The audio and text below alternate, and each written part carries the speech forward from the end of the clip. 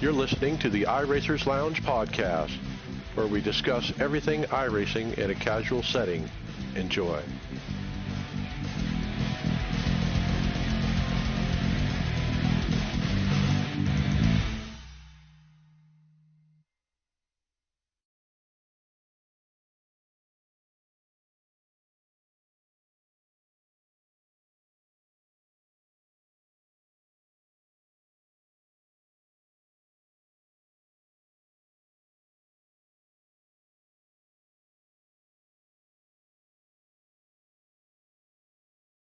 Racing in a casual setting.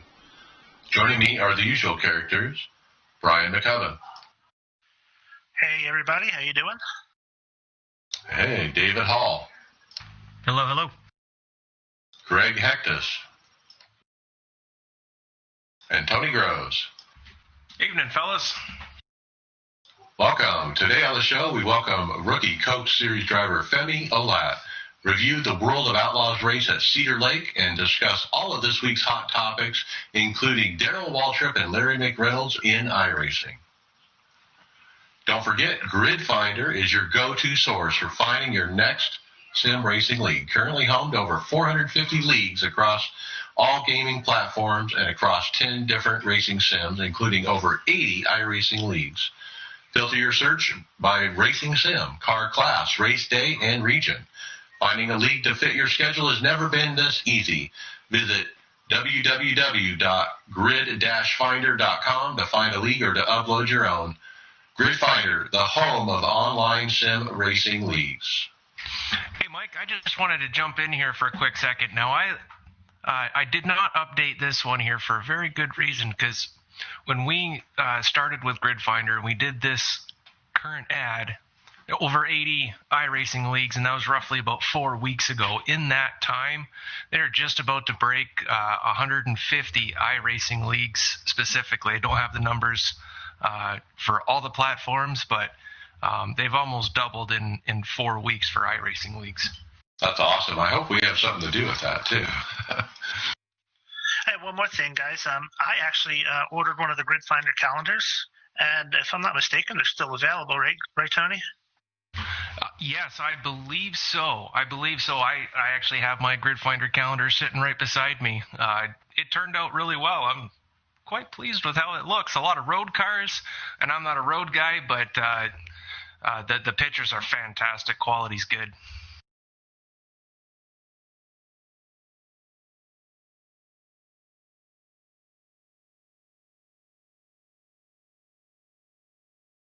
Okay, and with that, we're going to talk to Femi Olat, our special guest.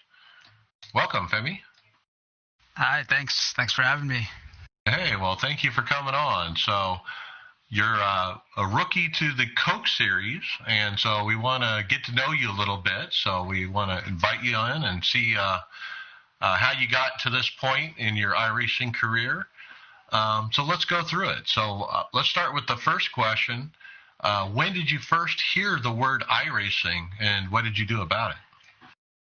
I think I first heard about iRacing in 2012, and it was off of YouTube.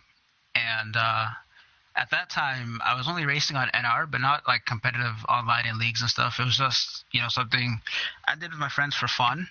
And then in 2013, a couple of my friends that I raced with for a very long time on Xbox ended up getting iRacing, and they kept talking about it over and over and over. And, I would watch them race on Twitch every Friday night in a league called Nordgar. And then I ended up coming onto the service a year later in 2014. It's interesting you bring up Nordgar. That was one of my original leagues that I actually ran in. I ran in that league back in the day. And what's interesting is several of the drivers from Nordgar are actually in the Coke Series today. Yeah, I guess a lot of them moved from Nordgar to this league, Sim Racing Authority, which is where I pretty much got my feet wet in iRacing. And so the competition was really stiff in that league. And like you said, a lot of those guys ended up being past Coke drivers or current Coke drivers. And I guess I'm just the next one now. That's right. I remember Sim Racing Authority kind of took over when Nordgar went away, and Well, very good. We already have a connection there, Femi. Tell us, what are you running besides, the Road to Pro, the Pro, and the Coke Series? What else are you running besides that, like official, hosted, league? These days I don't do too much official anymore. I did a lot of it for a while, and just slowly but surely I've just been moving out of that and just sticking with leagues mainly. I race in a couple leagues right now, and it's good. This competition's really good, and it did help me prepare for Road to Pro and the Pro Series, and it's gonna still continue helping me prepare for Coke. Yeah, looking at your stat page, you're mostly an oval driver, it seems. Your winning percentage, 17%. That's a really good number. But the one that really jumps out at me is your top 5 percentage, 49%. Well done. Yeah, thank you. I took a big leap one year, and then I guess my stats like that have just kind of stayed pretty consistent. Some improvements in some areas in a couple years. All right. Well, very good. Do you run any other sims besides iRacing, or is it just exclusive to iRacing? Right now, I'm just exclusive to iRacing. I think here in a couple weeks, actually, I'm going to dabble into Assetto Corsa a little bit, just to play around with other sims, see what's the difference. Could they help me in iRacing and whatnot, and just a little bit like that, but mainly just iRacing for now. Okay, and we like to ask about the current NASCAR package. Does the current package suit you better than the old one? With this tapered spacer, and you're always on the throttle and that kind of thing. Do you like that or not? I think for the fans, it's good to watch, both on iRacing and in real life. But for me personally, I would take, a low downforce package with 750 horsepower. But my thing would be 900 and low downforce, pre 2014 and all that, 2015, I guess. That's just, I feel like the driver has more input, and when that's the case in both iRacing and in real life, it's just, in my opinion, a better product overall for the drivers, for the fans, everybody involved. I think when you start to cut the horsepower away, the racing could look better for a couple laps, but it's just not as good as it could be when you have to wheel the car consistently over the course of a race. Okay. Well, let's switch gears and talk about your hardware setup. What kind of wheels, pedals do you have? Gear shift, computer, rig? What do you got set up there? I currently race at a desk with a Thrustmaster T300 wheel and Logitech G27 pedals, which have been giving me issues for quite a while now. So that's also really another positive of making the Coke Series. I'll be able to, work with a couple people and try to upgrade my stuff, to make me more competitive. My computer, it's kind of your typical i5 8600K with a 1060. Gets the job done in iRacing, and I play other games too, and it, gets the job done in those other games. If I felt like I needed more performance, I'd, definitely look at upgrading the GPU, but, it gets me by for now, and I'm comfortable racing at a desk rather than like a full-blown rig, because it just gives me more room to move around when I'm not on iRacing. Do you have any trouble with the seat moving or the pedals and when you're sitting at a desk like that? Honestly, no. When I'm racing, I just end up getting into a zone where, I'm just focused on the car, that I don't even move that much in the seat, or my pedals don't move either. So I guess that's why I'm able to find that zone and get into that, area of space where I'm just focused on what I'm doing on the track. Well, that's amazing that you don't move around while you drive. I flop around like a fish, and I think I'm about ready to break my seat at any moment. It's funny though, because I can never sit in the same position twice. Like, it's always different because my desk is a little slanted now. And so when I mount the wheel, it's never in the same place. When I sit down, it's never in the same place. When I put my pedals down, it's never in the same place. So it's kind of weird in that sense, but you just adjust to it really quick. Now, is this the same kind of equipment you've been running since the beginning, or have you switched throughout the years? I just switched to the T300 this year in the summer, and I got to say that was a huge improvement because before that I was using the DFGT with the same Logitech G27 pedals, and the DFGT is a great wheel. It's a great starter wheel, and it did me solid for a lot of years. It's just, the T300 is more modern. The force feedback delivery is way more smooth, which helps tremendously, even on oval. I know a lot of guys that race at the top level, and even a bit below that, they prefer to use no force feedback on ovals. But in my experience, upgrading to the T300 and just the way everything is delivered has helped me become faster overall and more consistent for sure. And are you running force feedback on or off? Absolutely. I use a lot. Probably a lot more than most people would want to use. I keep it below the clipping threshold, but I definitely rely on the force feedback a lot. All right, very cool. What about visually? What are you looking at? Are you have monitors, triples, VR? I'm just rocking, standard 24-inch BenQ monitor, 144 hertz though, and I guess that's the most fancy part about it. Just standard monitor, one monitor. I would like to go to triples relatively soon because with this package, like we said earlier, everybody's gonna be closer together, and I'm gonna have to be more aware of what's happening in a pack. I feel like I'm pretty aware now, looking left and right on a single screen, but I feel like I'd be more comfortable if I was to upgrade to triples in the future. Absolutely. So I understand. Let's talk about your team a little bit. I understand you're with Dead Zone, and a bunch of guys over there.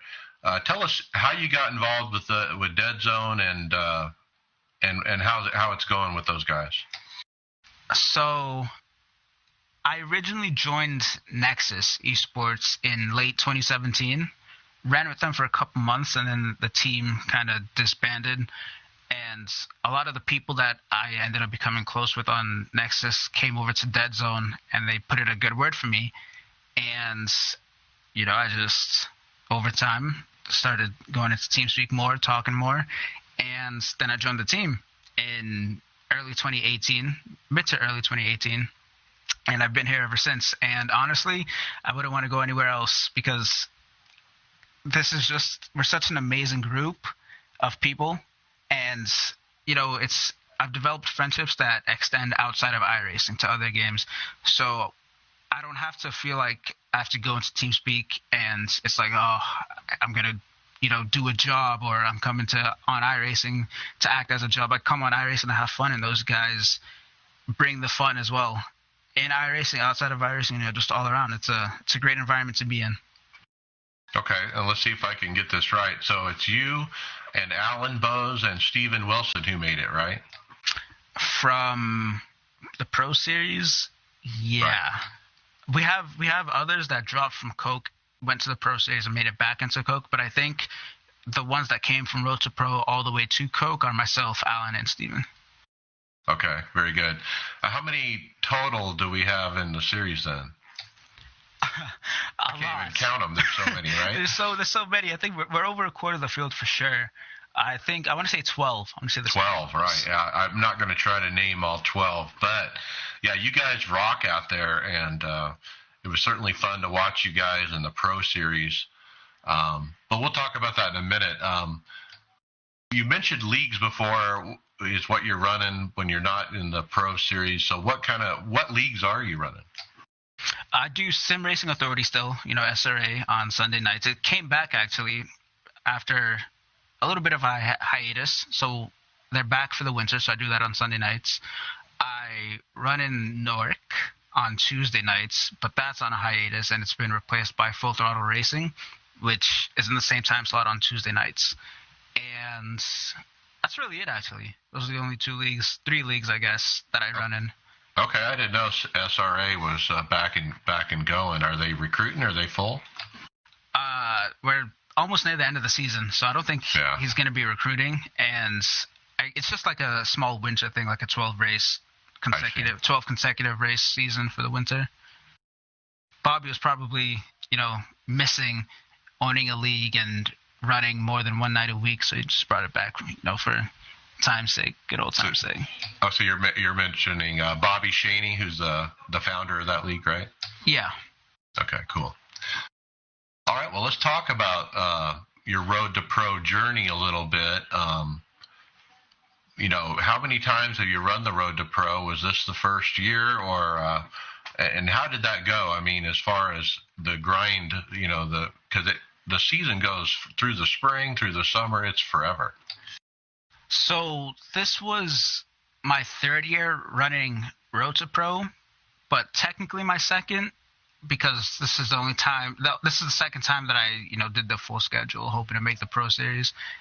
And honestly, it was rough. I started off well in 2017. It was my first year running open setups for a competitive series like that, and I made top 20 that year. Went to the Pro Series, and I infamously hit the barrels at Homestead with like less than 15 to go when I was pretty much solidly in to transfer into what was the Coke peak at the time, the Coke Series.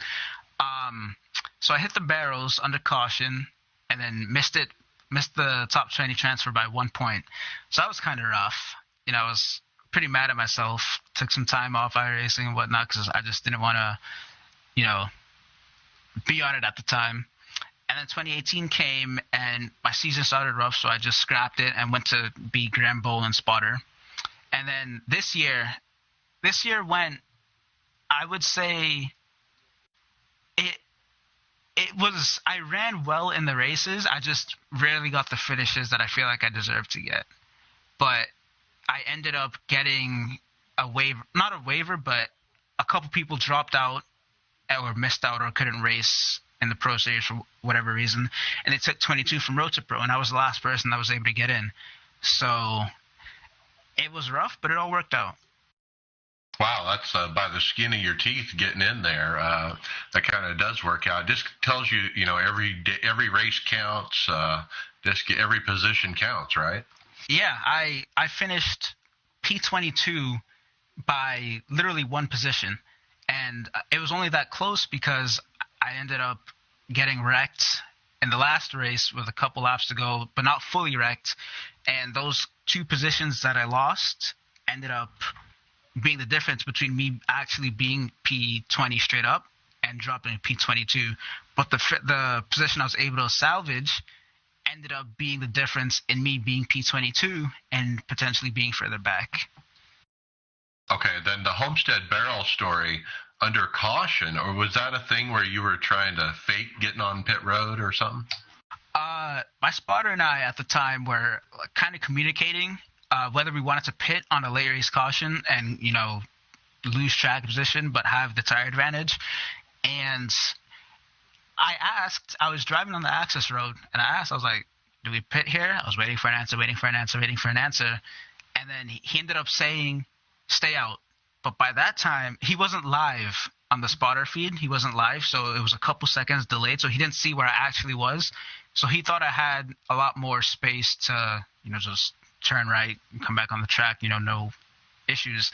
But by that time, I was so close to the pit line and the barrels that when I yanked it right, the car didn't turn right at all. And I just hit the barrels and trashed the car. And like I said, just missed it by one spot. Boy. Well, here you are. You made it to the Coke Series. Let's talk about the road to that. You were on the Pro Series here for 6 races. I'm going to read off your finishes. You got 4th, 2nd, 21st, 29th, and then finally 14th. Tell us about your Pro Series run. Well, the first 2 races, like you said, I finished 4th and 2nd, so that was amazing. And then after that, I just had bad luck throughout all the races. And it was mainly, I would qualify kind of bad in the 20s, which it's not kind of bad, it is bad. I'd qualify bad, start way back, and you can't really pass with the way everything's working right now. So I would have race pace, pace to be in the top 10, and I just wouldn't be able to go anywhere. And when I did start moving is when the pit cycle started happening, but there was always a untimely caution that caught me out, and it would make me start tail end of the field. And that happened 4 races in a row. And it was, I did end up finishing 8th in points with solid points, but to me, I feel like I should have finished way better than I actually did. But, the end goal was to just make it to top 20 and, be done with it. And we got it done. All right. And then going into that final race, how comfortable were you? I mean, did you know, hey, I got to finish 15th or better or something like that?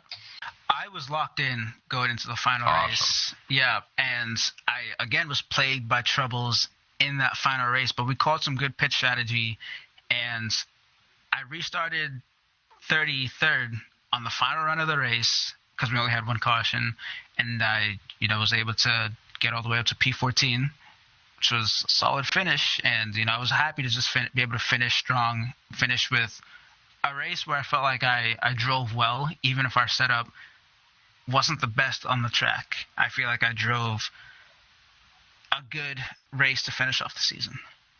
Now, that final run at Homestead, you must have had tires to come from that far back up. We saw several drivers that actually drove up through there, so you must have been one of them, huh? Yeah, I felt so good in that race after that pit stop. And I felt good the entire race, but I felt even better after the pit stop because we were able to work on the car a little bit because it didn't take off the best, but, we worked on it, got it to where it could be competitive enough to be able to drive through the field. And I didn't get caught out by an unlucky caution because there wasn't a caution. And because of that, I was able to make up spots. Okay. Well, let's switch gears and talk about 2021. There's a lot of activity going on for the eNascar Coca-Cola Series. We're going to tell the listeners later in the show about the new teams that have been announced. Some teams have left, the front end teams, and then we're having a draft and all that. So tell us a little bit about that, and what are you doing to get ready for that Coke Series? Well, it's funny because an hour ago, I had a deal set and ready to go, but I hadn't signed the contract yet because I was busy. And I got a text, a little bit later, or a little while ago, that, they filled the spot with the second driver who was ready to sign immediately. So now I'm just playing the waiting game, waiting to see who's going to come, try to negotiate with them and just, hope I get, a good team to go to. And once that's all set in stone, that's when I'll be able to work with the guys at Dead Zone, and, we'll test for Daytona, try to start off the season solid. But after that, I feel like I'm just going to, do runs till I feel comfortable with the setups that we make and just hope that it works out in the race. My preparation really won't start until maybe like a week from now, 2 weeks from now, because I'm planning on ordering new equipment, new Fanatec stuff to, try to get faster. That's always the goal. You always want to get faster. You never want to be complacent with your speed. So once I get that in, I'll be doing more laps, trying to get comfortable with the new equipment and then comfortable with the way we're going to be setting up the cars for the season. Have you decided on what you want? Are you going to go direct drive or what?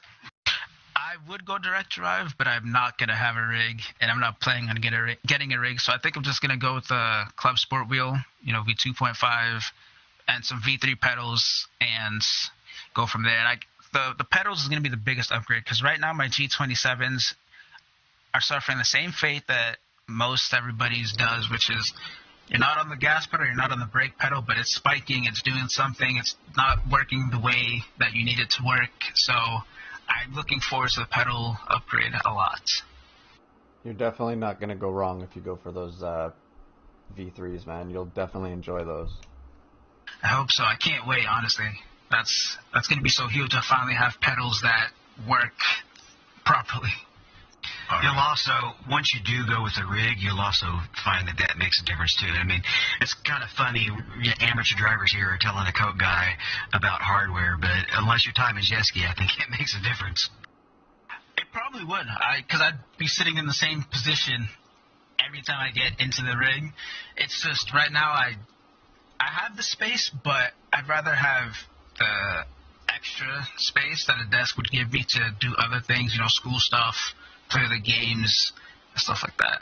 But someday I do see myself getting a rig that's dedicated just to iRacing, and then maybe at that point I'll go direct drive. Well, you are on triples, right? No, I'm on a single. You're on a single.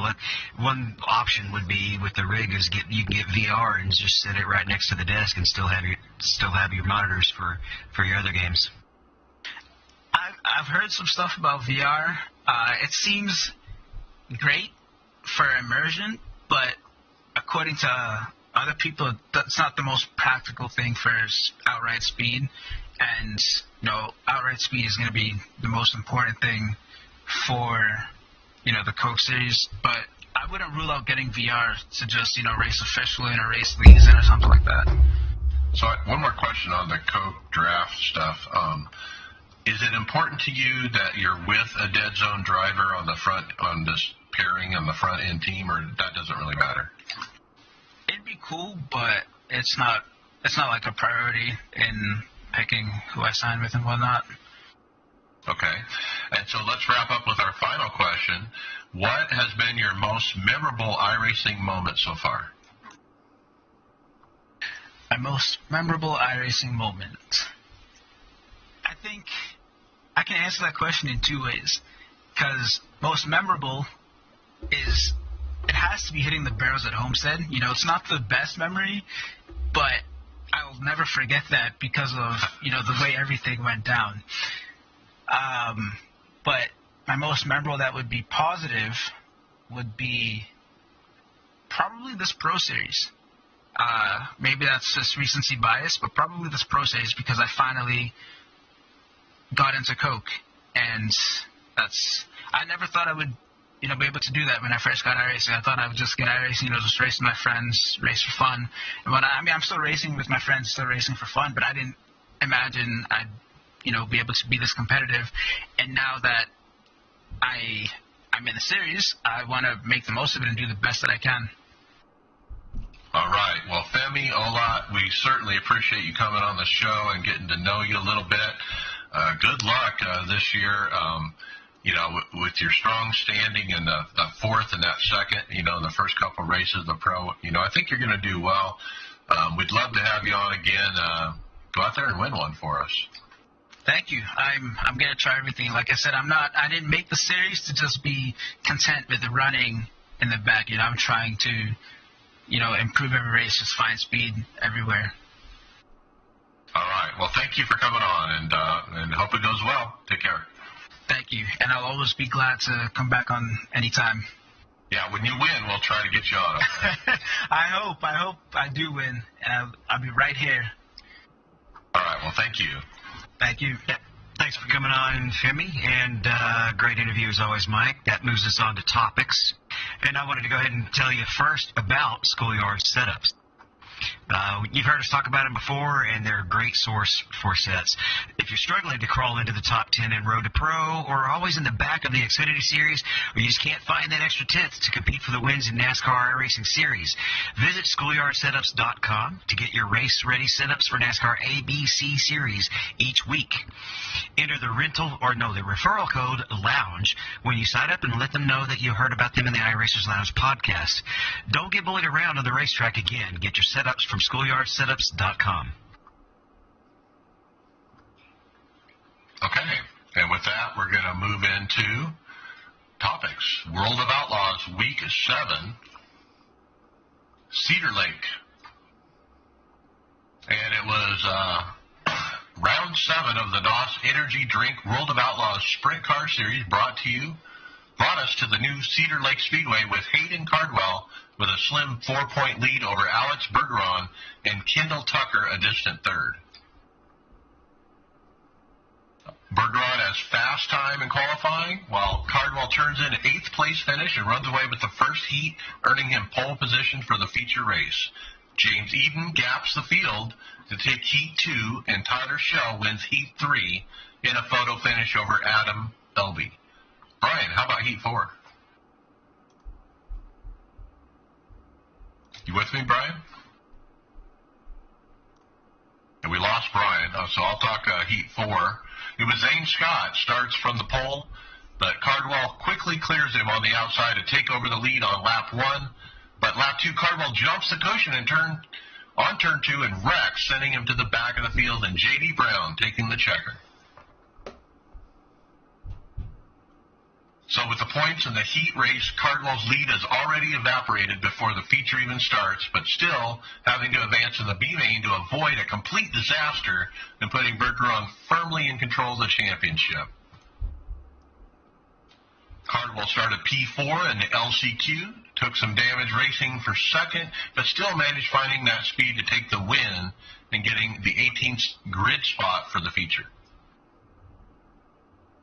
In the feature event, Alex Bergeron grabbed the lead, fighting off challenges from Tyler Schell, who was running him down from the extreme high line when on lap 27 he missed his line, hits the wall in turn 3, and flies over the fence, but no caution came out and no fans were injured. To wrap up, James Eden also put some pressure on Bergeron, but ultimately ran out of laps, finishing P2 with Alex Bergeron taking his 4th win of the season. Hayden Cardwell works his way all the way up to P4, averting a points disaster and landing 10 points behind new points leader Bergeron, heading into Week 8 at the Bull Ring of Kokomo Speedway next Monday night.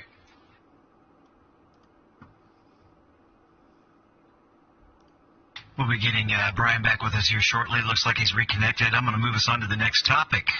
We have the 2020 Year in Review video. And boy, wasn't this just an epic video? A lot of really neat things. I wish we had this video when we were doing our kind of New Year's episode, but this just summed the year up beautifully.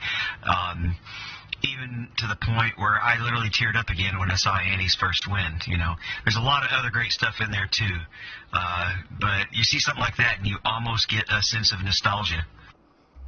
Yeah, it definitely was a tour through 2020. I mean, it brought back a lot of things I forgot about, you know, and all the new content. Man, they had so much content, and they literally listed out all of it. And then they kind of did an intermission I thought was kind of cute, where it was kind of a fun thing. I just, like, once again with their videos and stuff and hitting all the points, like, it was, like David said, the nostalgia with, just looking back at it, the whole year, you forget how much stuff they did in the year. Like, it was crazy what we accomplished in 2020 for what's gone on in the, you know, real world compared to what the virtual world we've been doing, right? Yeah, it was kind of odd by all the content, and then, as I mentioned, they had like an intermission fun segment, you know, where a cat jumped on the guy's back, and as he's trying to fix his chair. Another one where the dog, you know, jumps up on the guy's lap and he ends up wrecking, you know, and just fun stuff like that. It was cute. And the other things, like, if you're looking at all the events that got held in 2020, like, I forget how many things they broadcast when the pandemic started. Like, it was really good to see all the things that we enjoyed through, you know, television and stuff like that, and what they were able to accomplish that way. I know, I had forgotten, you know, we're so NASCAR central with me anyway. Yeah, they did the IMSA, and they had the IndyCar guys, and then you had that big thing with, you know, the IndyCar drivers at the Indy 500, and the F1 driver that was there, and it was great. Landon Castle's stuff. Right, the big Landon Castle events, and as somebody mentioned earlier, Annie Rabbit's winning her first win and being emotional. That was kind of a neat reminder too.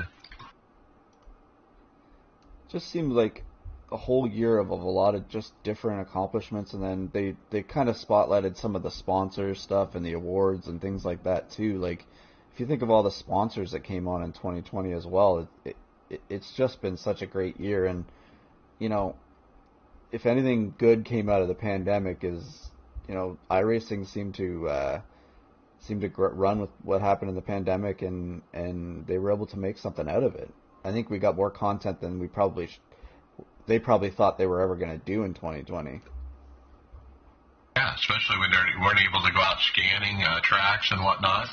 And of course they highlight the champions, Sebastian Job and Nick Ottinger, and of course, you know, Nick being all emotional when he won it, and yeah, it's pretty cool to watch.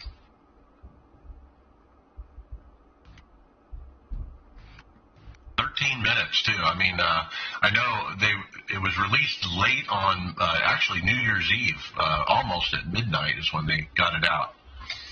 Yeah, I was gonna say we just missed the podcast with it that day. I think David would have just published it online just before this actually popped.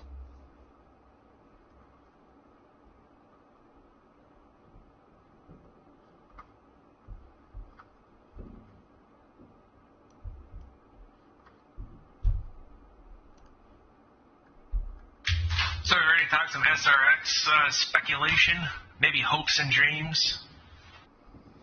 SRX? Yeah. For those that aren't in the know, the SRX is Tony Stewart and Ray Everhand's new racing deal that they're going to be debuting this year with just a quick 6-race season, but pulling in, well, it's a bunch of superstars, because that's what it is, a superstar racing experience. Some short tracking, small fields, but, you know, high horsepower, low downforce cars. And they talked a little bit about that last year when I think that's when they broke the news, was late in the year, but that's coming up this year. So on the forums, Tyler Stuxbury was just curious if iRacing might be getting it. Kind of cool. I don't think we would see it this year. We're going to see it maybe if it catches on and it's not just a flash in the pan. Hope not. Sounds good. But I'm not even sure if if they've posted anything up concrete about what the cars are even going to be, like some working model cars anyways. Yeah, they're all, sorry Mike, they're all renderings for the car. I don't think they've had anything physical, or even like, I don't think we've seen a CAD drawing or even a reveal type thing for it yet, but they are, I can't see it being something that they couldn't scan real quickly, and I don't think Tony Stewart probably would have a problem with them scanning it eventually, since it's not something that they're trying to, you know, it's not a manufacturing thing. They're making their own car, right? And these are kind of set up like the old iRock type cars, right? Where all the cars are all very, very similar. There's not a lot of adjustments to make. So, I mean, it's not like they're hiding any kind of secrets or anything like that from one car to the next. That there should be a problem scanning those. And Tony Stewart has been a part of iRacing for a while, so he knows about it. And man, iRacing gives so much good publicity for the series as well. It would also help in that vein. I know one of the tracks that they had they have been looking at was Five Flags, so that's a track that's already in the sim. So I think a lot of the tracks they're going to be doing already in the sim, so that's not an issue either. Yeah, and the superstars of drivers, I want to mention, they did get a TV package. It's going to be on CBS, a national broadcast. Tony Stewart, Tony Kanaan, Mark Webber, Willie T. Ribbs, Paul Tracy, Helio Castro-Neves, Bobby Labonte, and Bill Elliott. You wonder down the road, like, I know if you start seeing some, like, past champions, like, if this, like catches on, do you think you see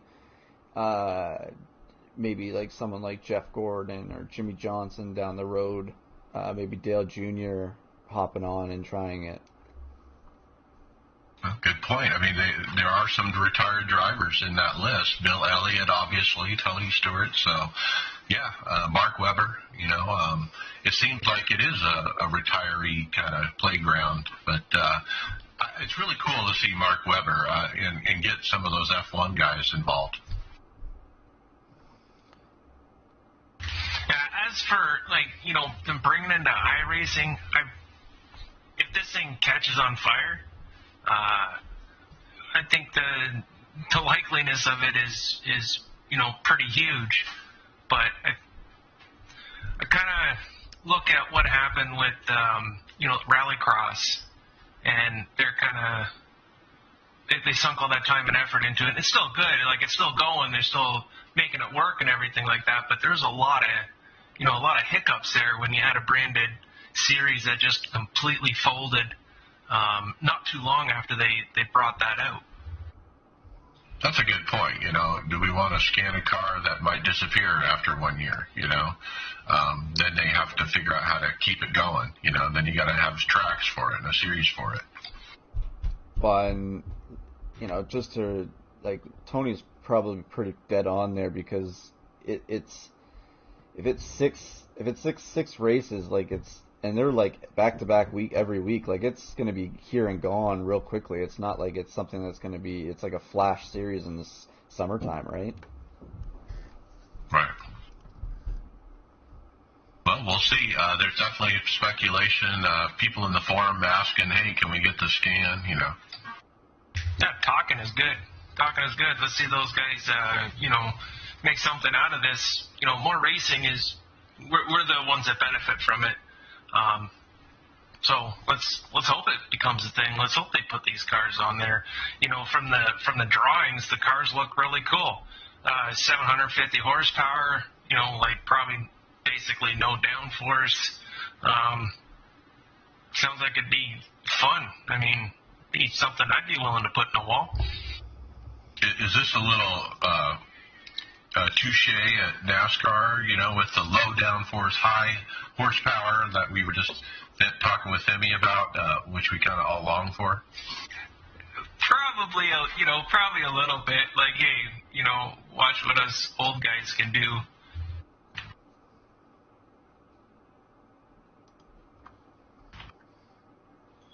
All right, guys. So speaking of seeing what you can do, YouTube broadcaster Jimmy Broadbent. He's a YouTube broadcaster. He does a lot of sim racing stuff. Well, he got the chance to take a spin in the BMW Motorsports Center's super top of the line manufacturer simulator. So he posted a video. It's about 12 minutes long, where he goes to this BMW complex, and they take him to the simulator, and he gets to drive it around the track for a couple of laps. And boy, man, talk about simulators! It's even hard to call this thing a simulator. It's so real. The cockpit is the unibody cockpit of the car. It's the whole car with all the buttons. Everything's exactly like it is in the BMW car, and the screen is actually like a IMAX wraparound screen, so it's completely submerged in your view. There's no monitors per se. So he gets to drive it, and after he does a couple of laps, he goes back into the little control room that they have, and they kind of they go over all the data of his laps, and they can show him with the data where he can improve and make adjustments, and he goes back in it and uses their input to drive a few more laps and actually increases his time. There was actually a BMW factory driver there with him. I forgot who it was, but he was wound up being within 1 second of his time on the track. So he was I guess all of that sim racing really helped him out when he got in this thing, and was able to be pretty impressive to the guys who were doing the controls and analyzing the data. They were pretty impressed with his performance in that. And the title is $1 million sim racing rig. It's amazing looking. It looks much like the Chevy one that we've seen before. Chevy has one in North Carolina, and it looks similar to that, the way it's designed. Full motion and everything. The car chassis is identical, like you said. Huge wraparound screen. It's not iRacing. It's some kind of proprietary software, obviously. It's such a, like, the experience where he's looking through the windshield and seeing off to the side, he can see with that wraparound screen it looks and feels so real, I'm sure, while he's driving it. But Jimmy's always been fast, so it doesn't surprise me that he's not that far off of the times of pro driver for it, because he races with a lot of the F1 guys and stuff when they do like the 24-hour events and stuff like that. You got to think that wraparound screen with the projection is the ideal setup. I mean, when you look at these $1 million manufacturer sims, I mean, they're all doing it that way. Well, and to get... Sorry, David, go ahead. You're not going to see that very well, though, with the Hans device on. Your vision is and how much you can turn your head is still very limited. Yeah, you're right, David, because he was actually in full gear with his helmet and Hans and everything. So yeah, he was in the same gear you would be if you were actually racing the car. Makes sense. I think the other thing is it's to get the data from them and tell you where you need to, where you can pick up some time right on the spot is such an awesome thing to be able to experience too. Like, I would, could you imagine, if you just turn in here like a little bit more, like just to know exactly, throttle tracing and braking and things like that. It's so helpful, and I'm sure it'll even translate to more stuff when he comes back and races too. Well, there's an option for that. There's a couple of ways you can do that within iRacing as well, with telemetry, where you can really find. I've gone back and looked at ear laps to try to find out why you smoked my rear end so badly at Sonoma, in that Cup car. But and I did find a couple of things that found me some time as far as braking points, how much wheel you're putting into it, etc. And when I was watching the video, one of the things that they commented on when they were analyzing his performance was that his braking wasn't hard enough, and part of the reason why, as he said, is because the brake pedal in there is so realistic. You have to use so much more pressure than he would normally use in his sim rig. So all the pedals apparently are very realistic as well. So that just adds to the realism of this amazing simulator. Well, I think the difference in a racing setup, like obviously they're simulating how the brakes would feel in the car. I know, I would think in real life when you're braking with the setups that they have, like braking setups, the pressure forcing the pads back while you're pressing on it is a lot more in a race setup because of the heat generated and everything like that. Like you're fighting the physical nature of the pressure between the pad and the rotor pushing back, and that they got to try and simulate that feeling too. It can't just be what we're feeling when we're driving our with normal pedals. I know he runs hydraulic pedals, I think in his sim setup, but yeah, that they would have to try and simulate a harder pedal because of real life physics.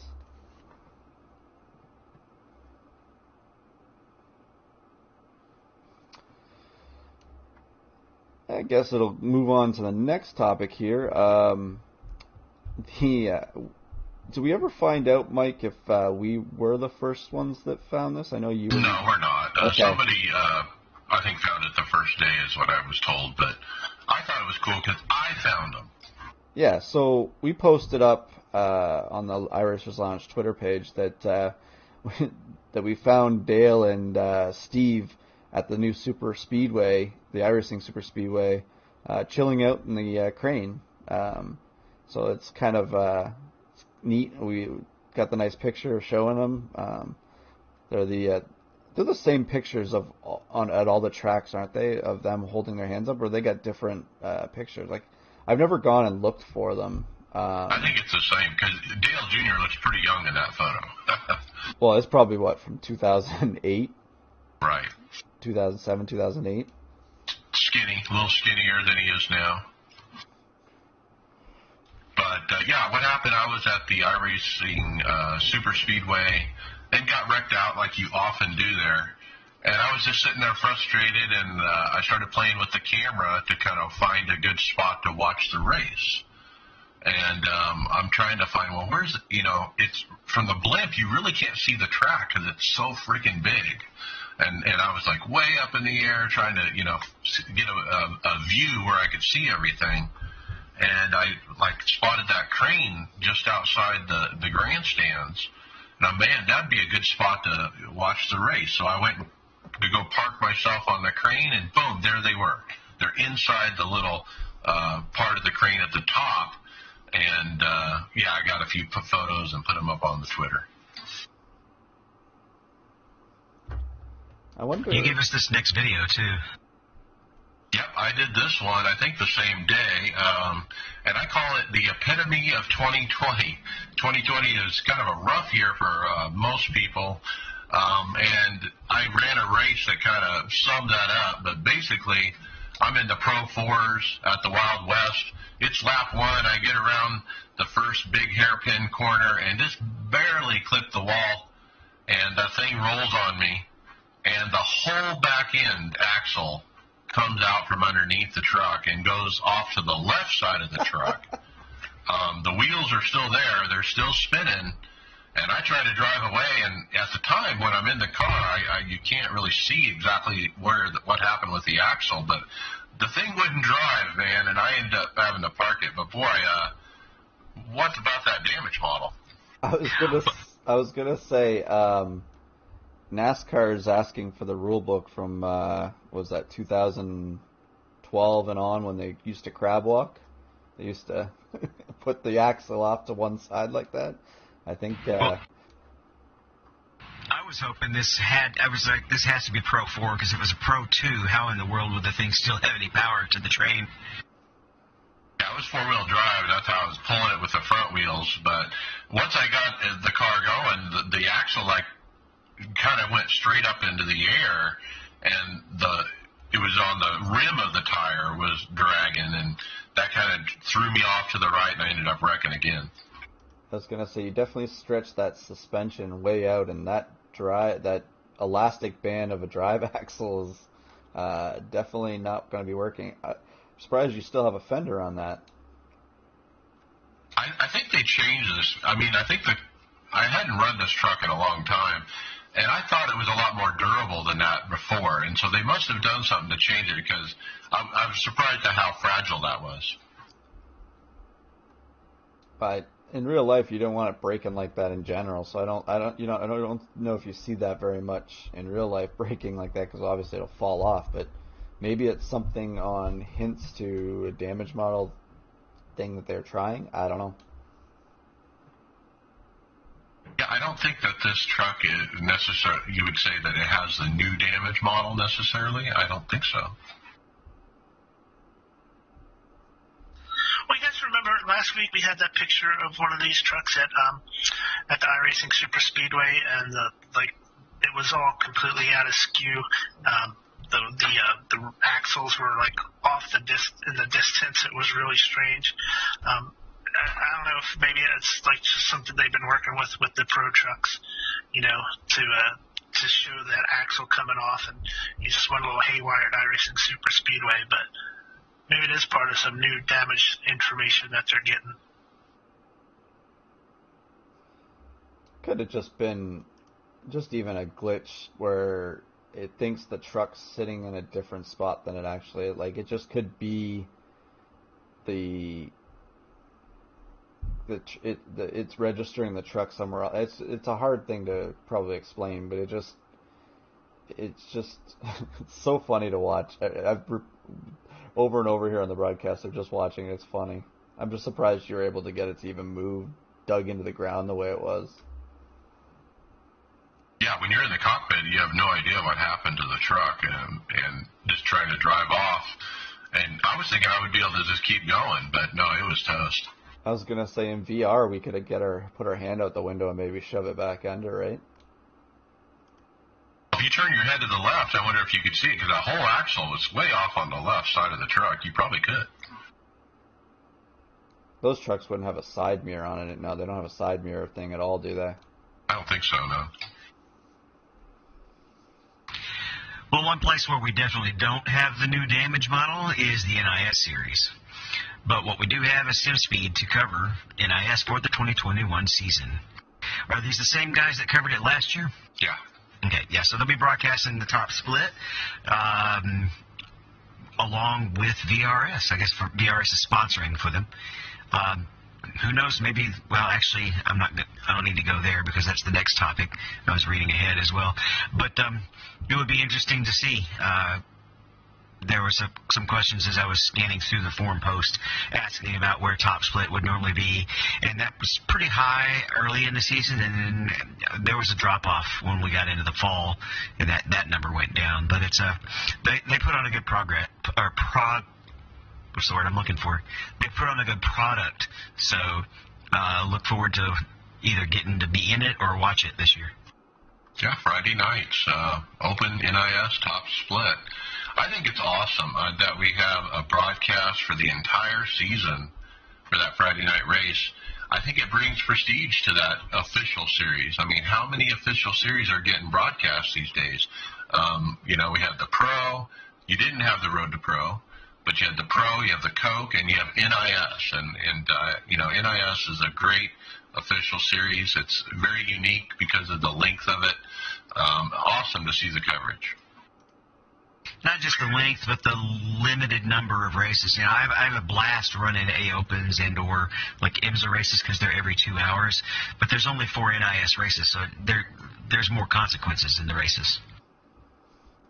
Well, and we hold the NIS series as the special thing for us to compete Wednesday, Thursday, Friday, and Sunday, depending on Sunday mornings, depending on who gets it. But that's where, us as the podcast kind of value more of the racing anyways. So the Friday night being broadcast, trying to make it in and be on the broadcast would be kind of cool.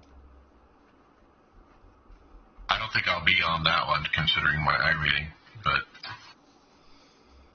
David has snuck in it a couple times, haven't you, David? I think I was on Friday night top split 4 times, 4 or 5. So, guys, does the broadcasting drive participation in the Friday night race, do you think? No. The thing is the participation is up at the beginning of the season. It just tails off the further you go in the season. I don't think there's a specific day that's more that, having it broadcast at Friday night. Friday night would be, I don't know, probably the most that people would be around, right? But I don't see the numbers on Friday ever really spectacular unless it's at like a restrictor plate race or, one of those long endurance races. But that was always usually the biggest race of the 4 races.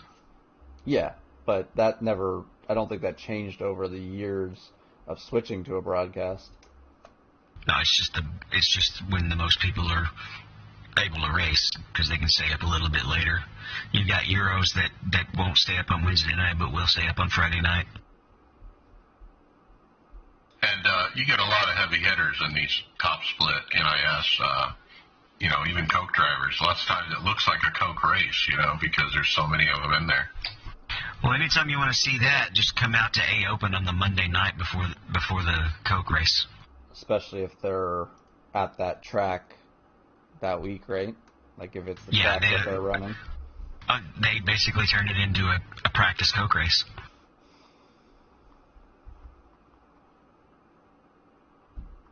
Tony.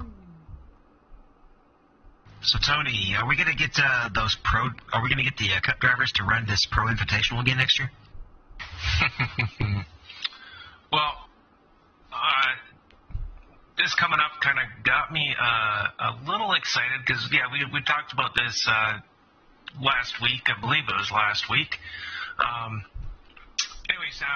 Mike Joy, NASCAR announcer, responded to a tweet from James Yoder asking if there would be a return of the eNascar Pro Invitational this upcoming year. And he basically just said, well, I hope not, because if they do, then that means the NASCAR has been postponed or interrupted, and we definitely don't want that. And which just kind of leads me further along to believe that this could be a great thing for the Coke Series. And I believe the Coke Series still hasn't released their schedule. Nope. So, yeah, like that'd be just an absolute awesome thing. I know there's still a lot of other things that would have to happen in order for it to work like that, but I don't care. That's kind of where I'm thinking until they start posting stuff that says otherwise. My fingers are crossed. What can I say? So if it isn't the Coke Series, what would they broadcast? Could it be NIS? I mean, would that be cool? That would be terrible. I mean, like, we've all been in NIS. Like, we talk about it all the time. Top split or not, like, it's just, yeah, it would be terrible TV. I don't know how it would work logistically because of, you got the paint problems, you know, everybody's got to have a approved paint, you know, and I don't know. You never know who exactly is going to be in the field, you know, because it is an official race, you know, anybody can join. And the question about it being terrible racing, that ends up, I don't know if I can agree with that, because here's the truth about, you hear it all the time if you listen to Dale Jr. talk about what he wants differently now as a broadcaster than what he did as a driver. Every driver would love that incident-free race. Imagine a race imagine if a NASCAR race did that. If we watched on the real guys run an incident-free race, no yellow other than the stages, it would be the poll that the guy puts out. Is it not? It's not Glockner, is it? That puts out that always asks, was that a good NASCAR race or not? Yeah. People would be throwing a fit. So the fans want incidents, the drivers don't. Now that can go too far, but was it That's where. Was it Martinsville that had the wreck fest this year in the real life? I was gonna say they've had a lot of all the restrictor plate races were wreck fests in real life, but I was gonna say any of the pro invitationals, even when they were at the pro drivers, they were some messy races. Look at how the Bristol race went off and things like that. They had some good races, but some of them weren't that great. So I don't know how much that would change from, you know, an NIS race on a Friday night and a top split or something like that. But it's really weird to try and, you know, it's not far off. You'd think that they would be announcing what it's going to be since the season's not, you know, too far off here. That good point, Greg. That Pro Invitational, it was so messy at points. They were not throwing cautions when they should have been. I mean, because they were just trying to get the race in. Well, I think the biggest mistake there was having so many fast repairs that there was just no consequences for wrecking. Well, and I don't want to get into incidents or anything like that, but these messy races can be, you know, it's hard to broadcast, because what we learned with a lot of those broadcast spaces is they don't want to have a race like that because they've got a window that they want to only show it, and they can't. It's not like a NASCAR race where they just keep going until the race is over and then cut it off. If it's 2 hours that they've allotted on TV or the broadcast, they got to find something that they can guarantee that they can get done in that window. Yeah. Well, let's face it. A wreck in the sim and a wreck in real life are two totally different things, and two totally different amounts of joyness that comes out of that. You know, speaking as a fan that, you know, doesn't mind seeing a car get smashed into the wall. Well, that is one of the things that attracts you to real racing, is that risk of, you hate to say it, you don't want to see people get hurt, but that is a part of that spectacular. That's a part of the spectacle, is that risk of Well, of course, it's hitting the car. rubbernecking that accident, right? Well, it's like if you go to watch a stuntman or something like that, or see one of these great leaps on a motorcycle over cars and stuff. You go there, what is it, like 90% hoping he makes the jump, and then the 10% is, you hope he crashes and burns, right? Like we're all built the same way, kind of. For like, I used to watch NASCAR, and when they used to be on the older, like when you used to have the older cars, you get in the corner and they would spin out. Nowadays, you just don't have the accidents that you used to have in real life. I mean, look at what with Ryan Newman's accident, and man, it looked like he died in that thing, and then he gets up and walks out of the car. I mean, that was great TV, actually. We'll look at F1 rising through the flames, coming out of a guardrail. Like, these are things that media lives for too, where you get your topic to talk about for weeks on end and things like that. It makes good TV. You never want to see someone get hurt. But technically, we are there to see an incident. The feeling is back there. You just don't want to see anybody perish from it. Then there's like all the reasons that I brought up last week when we first started discussing this. Just makes another argument why it would, like say top split NIS just would not be a good idea for TV. And maybe I did ask this last week, but with what we currently know about the Coke series, they run every other week. Is there another series that runs opposite to that? Road to Pro. Yeah, but that's what they've announced that for Tuesdays, didn't they? Or are they not announced? No, I think it moved to Thursdays, right, to be on a different day. Okay, so it's same day, opposite week. Right.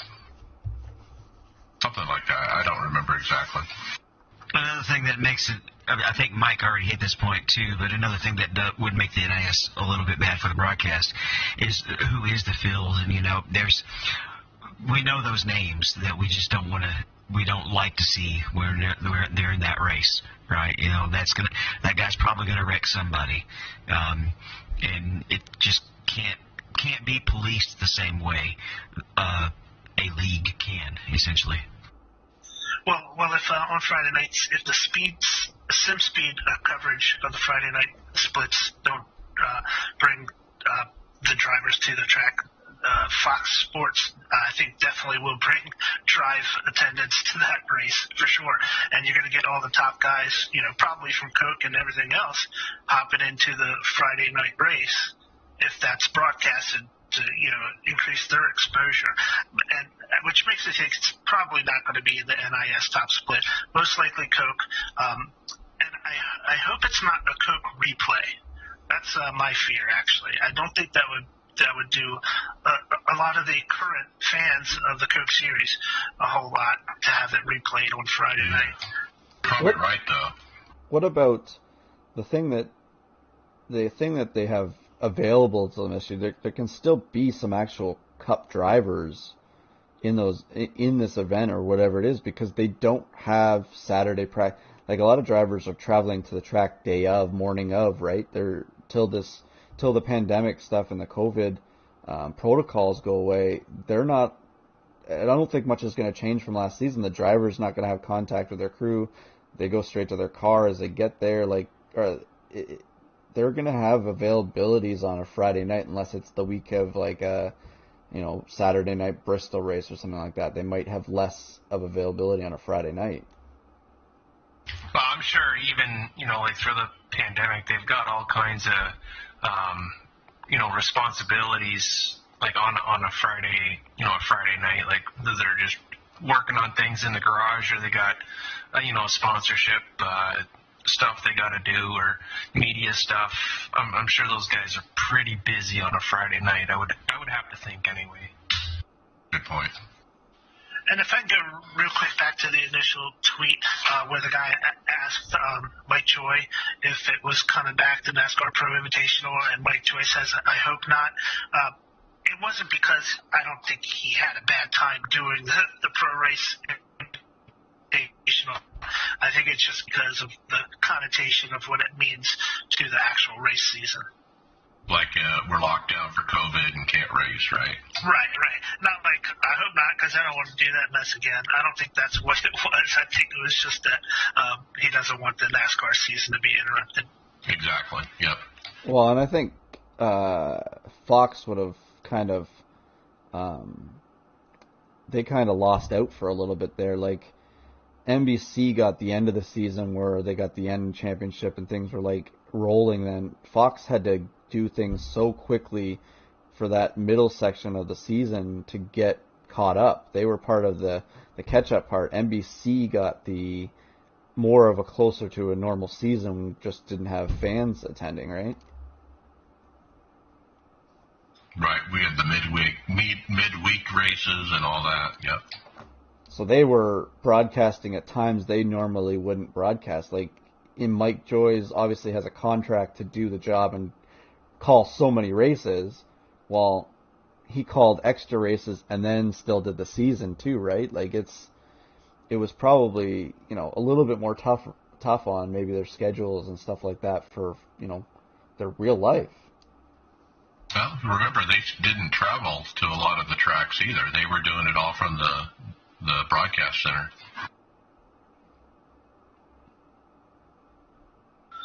All right, guys, and with that, we're going to check out the next story. This came from a post on the forums from, I'm going to say Ajibola Maola. I apologize if I butchered that name. But he posted something in the forums that he's had a blast with the new IR01 car. So that's the new iRacing specialty formula car. That he's had a great time at Suzuka and Silverstone.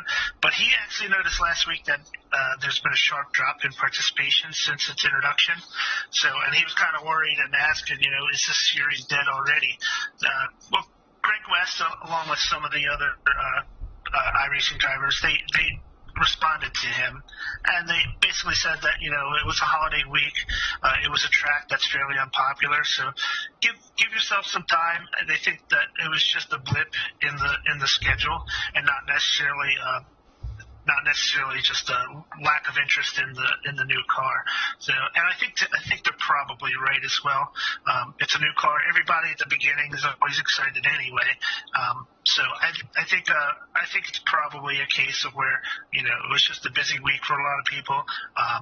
And apparently the track, I don't know which that track was last week, but apparently it's one that's not real popular among the drivers anyway. You should never overreact on 1 week's worth of results. There are always fluctuations. I think David's right there too. Like, maybe another series had a better track to race at that week that people flocked to more, or it could be just as simple as it's just a track that's just not that popular anymore, and that's what they found. It's hard to, you don't want to overreact like David was saying.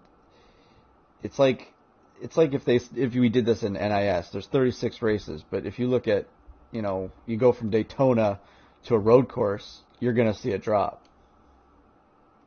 I think it proves scheduling is important. It reminds me of my new favorite track, the iRacing Super Speedway. Like, literally the week after it was released, I couldn't race it anything official.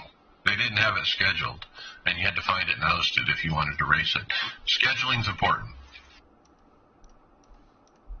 especially on new content. I mean, you got to keep interest up, especially if you want to get a lot of people interested in doing it week to week. I'm just looking at the next one. Kyle Busch and Will Rogers Battle Royale on the Monday night in the K1 Speed 200K at Watkins Glen.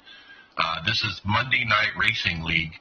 It was pretty cool. It was the pro trucks at Watkins Glen, and they showed the last few laps here in the clip, and man, Kyle Busch was in second trying to chase him down, and he gets so close, and then that last lap, man, you could just see Kyle just doing everything he could. I mean, he was even cutting the grass, so to speak, trying to get to the guy's bumper. And yeah, he had to get a slowdown on that last cut. He was completely all four tires in the grass. I was thinking that, and he was probably ignoring the slowdown and just, hey, I'm going to try to win it anyway, you know. But yeah, he drove it in there on that last turn and tried to get to the guy and ended up hitting the wall, I think. But yeah, it was interesting to watch. I was really surprised how well those pro trucks drive on Watkins Glen, being a dirt truck basically. Like, and they're hard to turn. This series, this race here, look at Watkins Glen, looks like a fun event to try. Like, I want to see these trucks, like we were talking about, where you could run some extra things with these things. Like, this would kind of be like the Long Beach, running Long Beach, or some of the different road courses would be a fun series for it to try if you could get the right setups and get them to handle right. But they do look like a handful to drive around there too. Well, there's not really a hairpin at Watkins Glen. There's the hairpin at Long Beach. What a league, though. I mean, Kyle Busch is a regular. They had James Davidson in there. He was third. He's an IndyCar driver. Will Rogers, of course, famous in the Porsche series. And then we heard just today that they have some guest announcing coming in for this league, Brian. Yeah, that's right. So this Monday Night League, it's going to wrap up on January 25th at 9 o'clock. They broadcast everything on Podium Esports.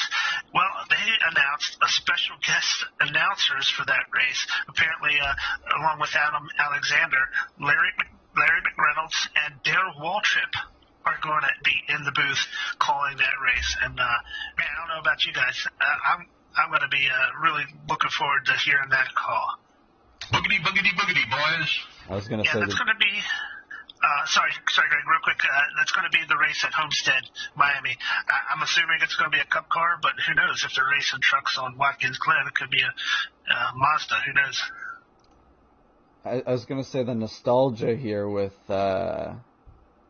going back a couple years to this tandem as a team. Like, obviously DW is the only one that's kind of gone away from it, but it'll be interesting to see how DW does with the sim. Larry's actually really involved with PRN now, if you listen to the races on the radio. Yeah, it'll be fun to hear DW. Like you said, nostalgia, and especially teamed up with Larry McReynolds and, pull those belts tight one more time. I know his brother's had some, Michael Waltrip has had some experience calling iRacing races during the lockdowns, I think, right? Yeah. But neat to see DW getting back involved. Very cool. The next thing we have is a YouTube series called Game to Glory. It's a series about the Red Bull Sim Racing driver and Porsche Tag Heuer Series champion, Sebastian Job, I don't know how he pronounces it. The first episode revolves around his history in karting, where he then moved on to esports and also becoming a professional sim racer. It looks like the upcoming episodes he will be getting an opportunity to run with Red Bull in their factory F1 simulator that the real drivers use. I love this set of videos, and I'm looking forward to it continuing. Like you said, he's going to get to try the F1 sim. This guy is a young lad, I would say, from the UK. Started out with some meager equipment and just excelled in sim racing. And then he, got serious about it. He won the Porsche Esports Championship this year. He indicated that he used his winnings from that to actually buy his equipment that he's upgraded. He got him a SimLab P1X. He's got the SimuCube 2 wheel, fully loaded. He's got a really nice setup. Yeah, it was it was really cool. They interviewed his parents and talked about him growing up as a kid, how he was into cars ever since he was a kid.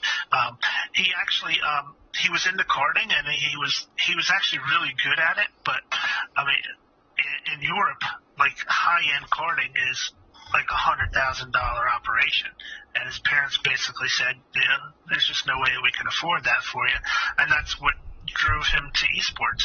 And wow, he's probably made out better going through the esports route than he would if he stayed in karting. Yeah, you get lost in the kart ranks over in Europe, right? Nobody will know who you are. But this also, I don't think he'd be getting an F1 simulator if it wasn't for that. Well, and you got to get acquired by a good sponsor at some point there to back you, and he has Red Bull backing him in sim racing. Would he get that same opportunity in karting down the road? No, I don't think so.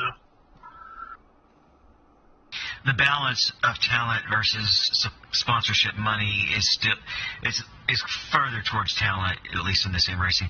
This also reminds me of the fact that we talk about all the time the similarity between sim racing and real racing, and I just thought of an example. Your guy that wins the championship in, say, Madden 2020, he's not going to be going out on the football field and tossing 40-yard passes to Michael Irvin, you know. I'm sorry, I don't know any of the new receivers' names. Well, we just saw with the Jimmy Broadbent video how easily he adapted to what the professional drivers are using for their training. So, I mean, yeah, you're right, David. It's just such a good way for drivers just to complement with their skill with what real drivers do. Well, and he gets to run, he was dangerous on his old setup. I wonder what he's going to be like now running on a better rig and everything like that. And as he gets better and adapts to it, can it, put him that further ahead maybe with the competition?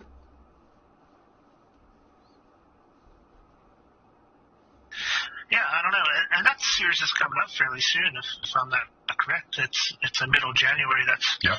And I'm actually looking forward to that. I'm gonna watch those races this year and really see what's going on. Not just Sebastian Joe, but they got so many great drivers in that series. It's really cool. Well, and it's such a competitive car to race in. The racing's always been something to just enjoy. Like, they pick the best tracks and to run the Porsche. It'll be a great series to see how it turns out this year. And I kind of agree with you, Brian. I'm gonna pay attention a little bit more, especially now that I'm running more of the roadside too. So we're talking about the comparison between real-world drivers and sim drivers. How about this real-world driver running that iRacing bank, Tony? Yeah, Mr. Three-time Chili Bowl winner Christopher Bell tweeted up a picture showing off his iRacing sponsored midget car, beautiful red, white, and blue. Maybe this will be Chili Bowl winner number 4 this year. I don't know what I always look forward to that race every year. Sorry, Greg. I always look forward to the Chili Bowl every year. I watch the Tulsa shootouts as well. Actually, one of the drivers in the World Outlaw Series, Rogan Lumsey, he actually was in the Tulsa shootout. He races a micro sprint car. So I'll look to see if he's in the show. That'd be interesting. But it's a fun week of racing, that's for sure. Great paint job. That's what I was just gonna say, Mike. For such a simple paint, it definitely is such a eye catcher. Yeah, the typical red, white, and blue, but a lot of white with the big old iRacing logo and the word iRacing in the white, which really makes it stand out, I think. They need that guy from last week that had that rig needs to take it and wrap it like this. Yeah, I've seen I feel like I've seen better iRacing paint schemes, but not to take away from this one, because this one definitely pops. I guess reluctantly ask if the winner of last year's Chili Bowl will run the iRacing colors, because he did last year as well. But I doubt if he will this year. If you guys know who I'm talking about. Oh, yeah, Larson. Probably not. Yeah, Kyle Larson. You can say his name. It's not bad. Yeah, but no, he used to race iRacing paint as well. It wasn't his top sponsor like Christopher Bell, but it was on his car. So I'm assuming he's going to be there. I can't imagine him not being there. It'd be interesting to see what he runs this year. Well, it's still an unknown if Rick Hendrick's going to allow him to run all these kind of dirt races or not. I don't think that's been said.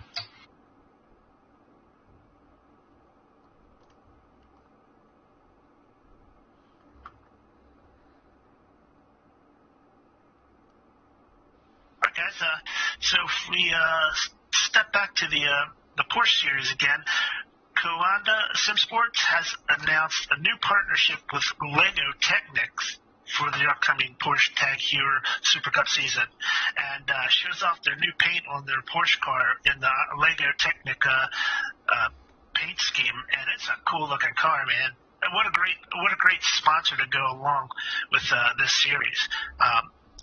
It's pretty cool. Neat sponsor, yeah. I was gonna say this now is my favorite. I'm gonna be cheering on Coanda. This is such an awesome. Growing up with Lego and this brand, it's nice to see something that's kind of you wouldn't we've never seen Lego as a sponsorship in a racing series. I don't think. This is the first time I've seen it, but to have it done is so well on this car, I can't wait to watch the series with it. It's cool that we're getting mainstream sponsorship on this Porsche series. I think that's neat. Well, is that it could be a way to go after a younger audience too, right? Like, Lego could kind of use it on, their platform, and maybe this car gets made into actual a tech, like maybe they do a Technics package this way for people to buy. All right. Next up, we got a listener email. John Fowler emailed, help get the word out that he's hosting a Daytona Dirty Monkey 250 to raise money to fight autism February 20th. All of the $15 entrance fee will go to the charity. They're going to run 100 laps in a fixed setup, a car, and there are prizes for the top 3 finishers. You can sign up at this website, johnboy202.wixsite.com. Love autism awareness, and what a great charity to race for. You can check the show notes. There's a lot of extra information on there, some really neat prizes, including diecast and pit boards. So check our show notes out on the new website if you want to get more details. Okay, David, that brings us to the big story. Well, iRacing announced some new teams. We've been wondering about this with some teams coming in and some teams coming out. What's going to happen? They've announced the 20 teams that will compete in the 2021 Coke Series, and also that the prize pool has been increased to $330,000. There are 4 teams not returning, including G2, Renegade, and VRS. And there's a couple of new ones coming in. There's announced on the next list. I don't think they are, but we do know that Elliott Sadler Esports has joined, and a couple other new groups have joined as well. McLaren and XSET isn't the other two? The 2 gaming ones I've never heard of. Yeah, Space Station Gaming, that wasn't last year, right? Right, and then Al Larson is obviously gone. That one, it was the 4th one that left. I think the big surprise for me was VRS. They were the championship team, and they're gone. But didn't we say in our chat there, like they're better as a a sponsor more than a team owner, don't you think? Like maybe it's more of a allocating money for this kind of thing, sponsoring instead of, you know, running as a thing, as a brand for a team. Well, we just announced they're sponsoring the NIS broadcast, so they may just be shifting their resources more to sponsoring series instead of even just drivers. And McLaren is so cool that McLaren is part of it. I think that's awesome. I wonder if Williams brought them, like, because Williams Esports is there, you know, maybe we see a couple more. I think McLaren's more is getting involved in IndyCar too, right? Like that's it, they're coming more of a North American brand with some of the stuff that they're trying to do. So coming over and doing this kind of helps that, right? So you're going to be seeing the black and orange cars out there now on the track, McLaren colors. And as far as that goes, the guy who's in charge of that team, his name is Nathan Tague. I found him on the Twitter today. And his post was, hey, who should we be looking at from the Coke drivers to hire? And he was taking, feedback from Twitter. I told him, hey, let's look at Isaac Gann, man. He's hot right now. And we didn't really dive deep into it with our guests because there's just not a lot of information they can give out yet. But what sources say, they're definitely deep into the free agency period right now, and all the contracts are starting to get lined up, the I's dotted, and the T's crossed. And so we'll probably get a lot of those announcements next week. Well, we already have one that came in right before the show, and that was Wood Brothers. They announced their drivers, Garrett Lowe and John Gorlinski. Yeah, which is, it's interesting. Isn't Wood Brothers always seem to be the first one that seems to be jump on and announce real quickly? They were last year, yeah. Like, it just seems like, I think we were doing it like last minute just before the show last year too. But yeah, it's a good pickups to start off for Wood Brothers there. It's really good to see that they're in sim racing, and if you think about it, they're actually one of the classic teams from real NASCAR, but yet they've jumped onto this new form of sport. And it's also good to see how well they've been doing in real racing. They've kind of come back from really having to scale back a few years ago. Well, and this is kind of do we call it a less riskier investment type thing? Like, I don't know what the return is on this product from a money standpoint, but they're not spending $500,000 a car. That's what I'm saying. Like, it's a less risky, easier for someone small to absorb. Like, that's why like a William Byron's in this as a single owned entity, right? Like he doesn't have to pay for a car. He's not like Kyle Busch where he's running his own race team, right? He's running a virtual race team, which seems to be a little bit easier, and Wood Brothers could, maybe even, who knows, maybe the Wood Brothers have a affinity for sim racing too. I've never heard anything about it, but maybe they just really like the sim racing world. So one neat tweet from Malik Ray today. He said, "This is so exciting. I love seeing all my homeboys eat, man. I'll hear somebody's contract numbers and just start yelling because I'm happy for them." Sounds like these guys are getting paid more than they were before, reading between the lines. I was going to say, so he's sad one week because of not having the right setups, and the next week he's happy for money for his competitors and friends. People are able to feel the same. He's human. He doesn't have to be a machine. Yeah, I'm just saying it's obviously he's not getting to compete in it, but he's his friends are all competing in it. Like I said, they've all competed in this series for over the years. So when you got one in and some guys that are in and drop out, it's a little difficult to see. But at least he's classy enough to show his gratitude for his fellow friends. Also, wouldn't be surprised if he was willing to walk back his statement about setups and just say he was venting at a time when he was upset. I know I said plenty of things when I was pissed off. So in the interest of time, we're going to jump around here. Brian, IMSA is back. Yeah, guys. So IMSA and gamers are going to compete Sunday in identical LMP2 cars at the Daytona track. So it looks like this Sunday they're going to hold a special event where some actual real drivers are going to be racing in competition with some of the gamers. And so yeah, this should be a really cool event. Yeah, they're calling it the Preseason Invitational.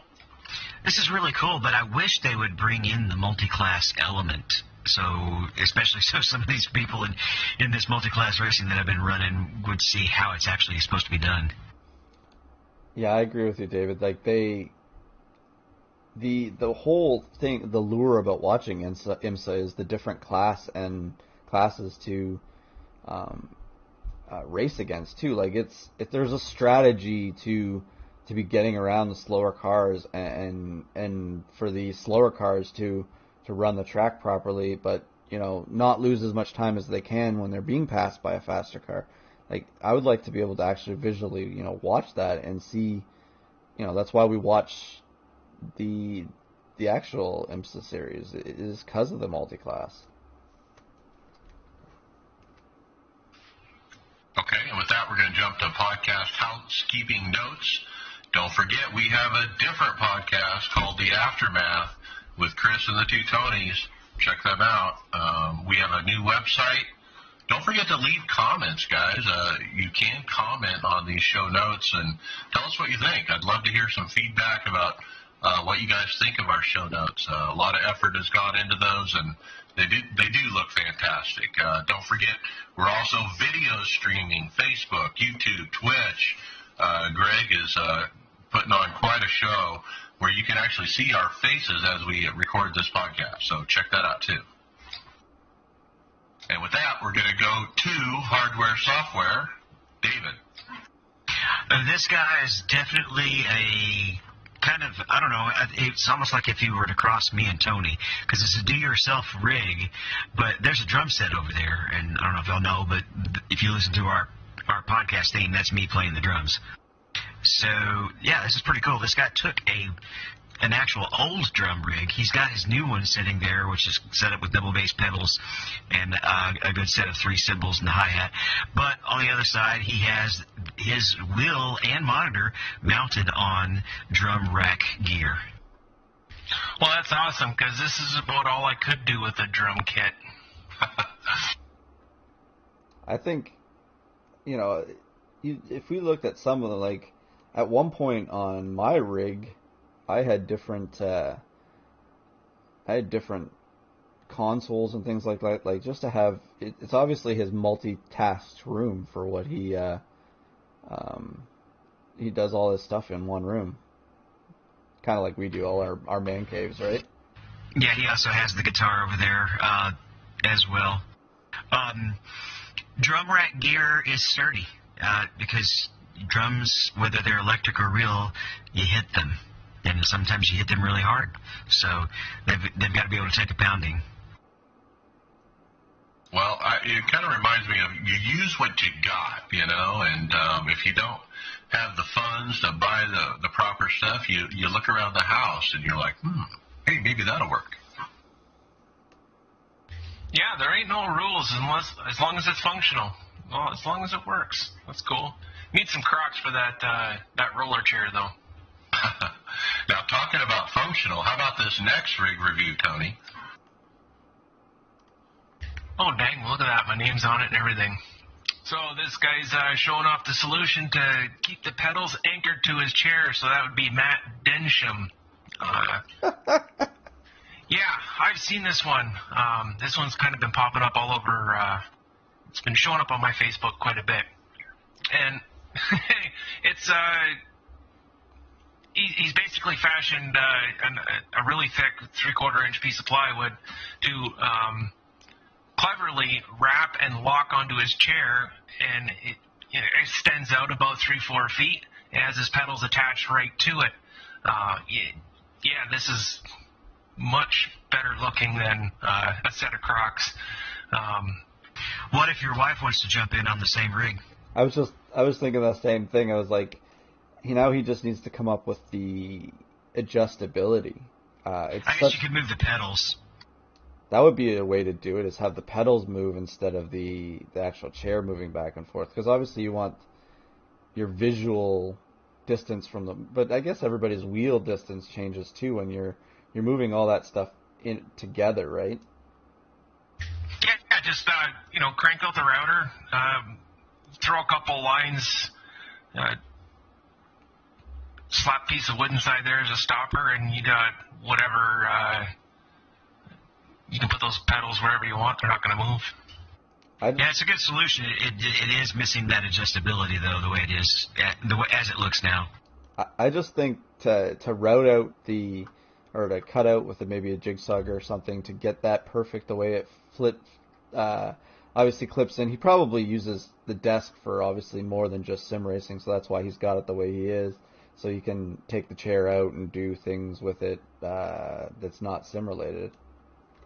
Yeah, the plywood, is like a foot wide, but where it attaches to the chair, he's got a notch cut out where he can slide the chair in and out of the piece of plywood, and you can even see there's a notch thing down below that wraps around one of the legs to further secure it. So pretty cool concept. Tony, are the Crocs in trouble with this type of thing showing up? It's the dream for the Crocs? Nope, because there's always going to be lazy asses out there that don't want to put this kind of work into it. So kudos to them. Crocs live on. Imagine if you set it up and then you decide you're just 1 inch too far back or forward. Oh. That is like so common, it's not even funny. At least it is for me. Okay, next up is the SimTag Hydraulic 2-pedal set Racer Edition. This is from Belgium. They are Tilton 600 forged aluminum 2-pedal floor mount assembly with an up to 120 kilogram maximum pressure for 1,489 pounds.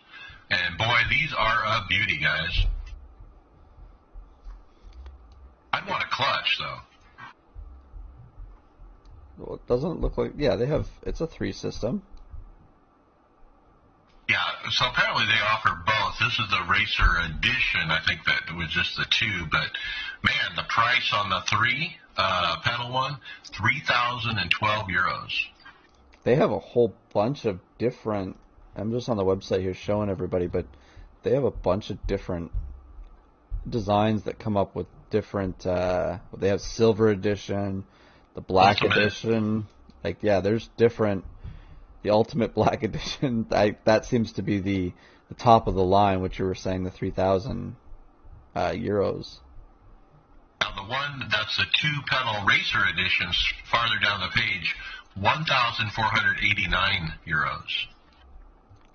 I think they are they really look nice as a set to depending on what you get. But a 2-pedal hydraulic system for 1,400 euros, that's pretty steep. Plus, trying to, if you're in North America shipping it over, I don't know, there'd be some weight to it, so it'd be some expense to try and get it over. They even offer a hydraulic handbrake, 592 euros. Got a quick hit on this next one. We've got an H-pattern shifter out of Japan. That's called the Frex shifter. It looks like it's pretty easy to strap on to a 20 rig or so. And the price point, $480. That's a little on the higher side for an H-pattern, but not for Frex. Okay. But what's interesting is you can get, along with it, you can get this thing called Sim Synchro, and it'll actually lock it in gear unless you're pressing the clutch. Ooh. I love the design of it. The shifter kind of goes into, it doesn't come out of the top of the box, it goes into the side of the box, which is kind of unique. Probably gives it some design advantages that eliminate some of the problems with reading that some of our other shifters have.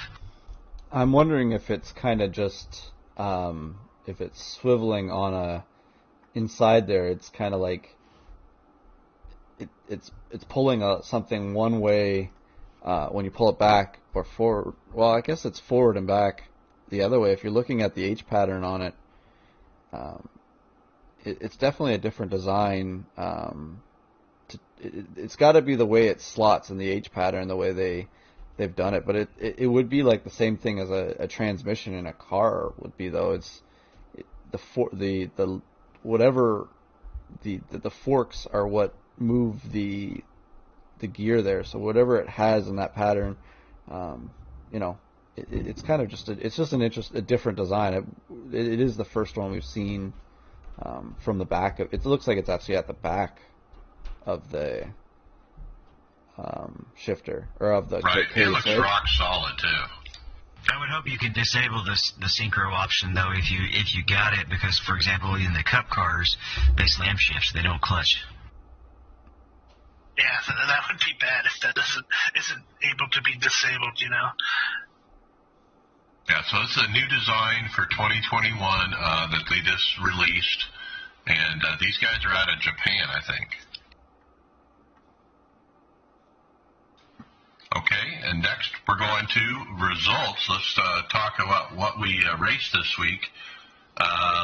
Who's first? David, Euro Sprint is. You've been running out a bunch. Well, yeah, anytime I get the vacations, I run a lot of races. So I ran a lot of Watkins Glen. It's a pretty good track, fun track, but it's never been one that I've had a whole lot of success at because everybody else knows it so well too, right, that the competition's really tough. But I picked up my first ever win there with one of the aliens right behind me. He did have trouble, but that's, if you're there to take advantage of it, you take advantage of it. And that was the first win actually for the whole team. So I set the trend for the whole team on New Year's Day. In fact, it was New Year's night, the last race I ran, I believe. And it was also the first time in any car that I've ever won at Watkins Glen. And I then, was surprised when you told me that. That was your first win at that track. well, and then I followed it up the next day and taking a GT win to get the second win for the team. Yeah,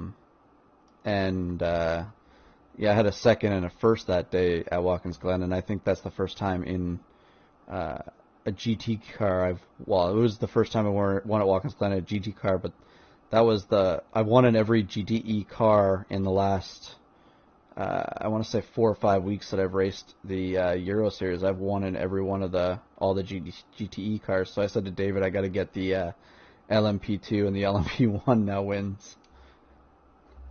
Get it. Yeah, so I ran Class A fixed. Wow. Surprise. No, my friend Steve Llewellyn, our teammate, asked me to run with him. And I said, why not? Let's try it. So it was Rockingham. Man, I was pumped. I did 20 laps practice, actually, which is unusual for me. But lap 2, I hit the wall pretty hard. I was trying too hard, and it was a horrible race after that because the car was just junk. Steve Llewellyn, who ran with me in the same split, he got a P7. I ended up P21. Hermie Sadler was in the race. I always love racing Hermie.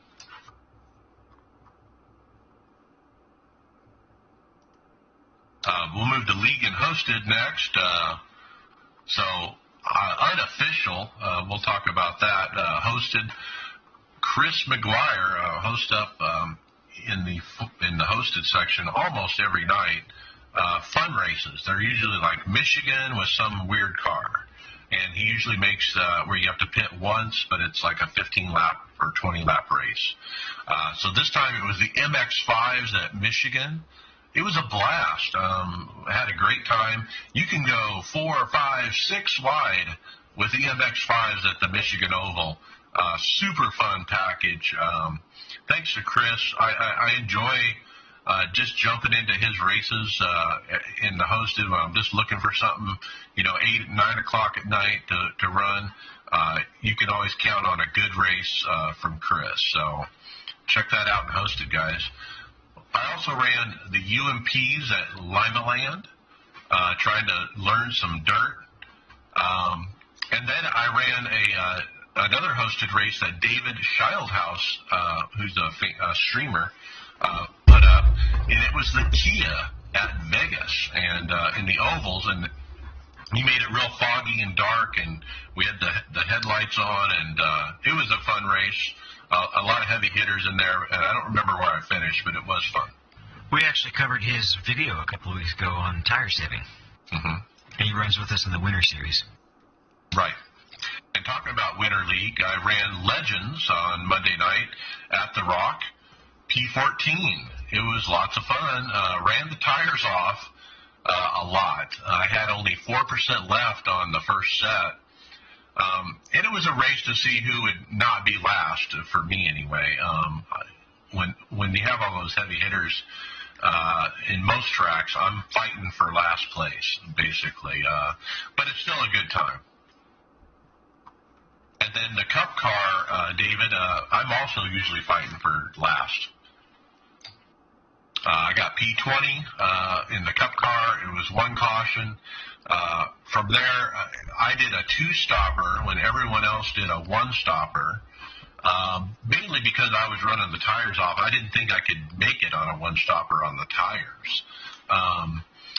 But that really put me back. I was down a lap or two at the end. Tyler Hudson won. Fun to race with Elliott and Hermie Sadler. Both were in the race. And then, David, you had a great run.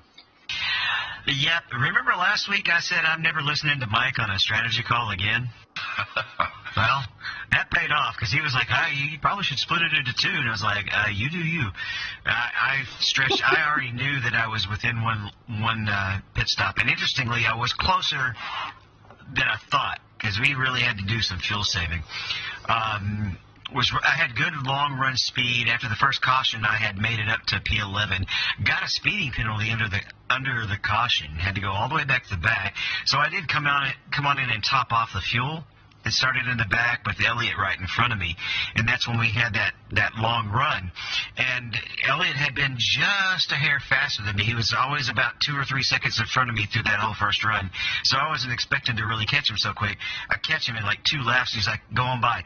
And at that point, I was like, what's up with that? And then I noticed on JRT that it's telling me I'm going to have to stop twice again instead of once, because once we got back green, we're burning up the fuel a little bit faster. So I went ahead and ran it. It kind of balanced out a little bit better as the tires got older and ended up equaling out, and ended up finishing P8. Elliott was right in front of me in P7. We both finished on fumes. I had, I think, 0.04 gallons was left in the tank when I crossed the line. And just an interesting thing, he talked about who won. We got 4 races left in the season, and right now Derek Justice is the points leader. Christopher Sandler is sitting in 3rd, and this guy named David Hall is sitting in 5th. Wow. That's great. 5th in that series. That's great. Don't choke, David. Oh, I already have once. I didn't have a very good race at Texas. Well, it probably helped that Derek Justice, the points leader, and Adam de Blasio, who I think is maybe 2nd, they both were the first caution, and they both had trouble in that race at Kentucky. Yeah, that was 2 free spots there. Ty Ippolito, who was ahead of me in the points last week, also he got into something. I don't remember if it was a solo spin or wreck, but he got into one that ended bad, and I don't know what Tony's laughing at, but I hope it's not something I said. I was going to say, David, is there any road courses left? Not in that series. They didn't pick a road course all season. Okay, you're fine then. You won't choke. Oh, well done. All right, let's talk OBRL Atlanta, Brian. P2. OBRL? Yeah, so back-to-back best losers, P2 at the OBRL. It was Atlanta. And I started in P6 and almost immediately dropped back to P10, just because I know Atlanta. I know we usually get long green flag runs, so I was just going to save tires and see how that worked out. And, man, sure did. I dropped back to 10th, and by the time the first green flag pit stops came at lap 40, I was in 4th place already. So the saving tires really went a long way in that race. We got some more good runs after that, and wound up making it up to P2. So, I was really happy with that finish. It was a great race. always like to say when you're P2, what would you do differently to get that one last spot? How do you get P1? I think the part of the problem was that the eventual winner is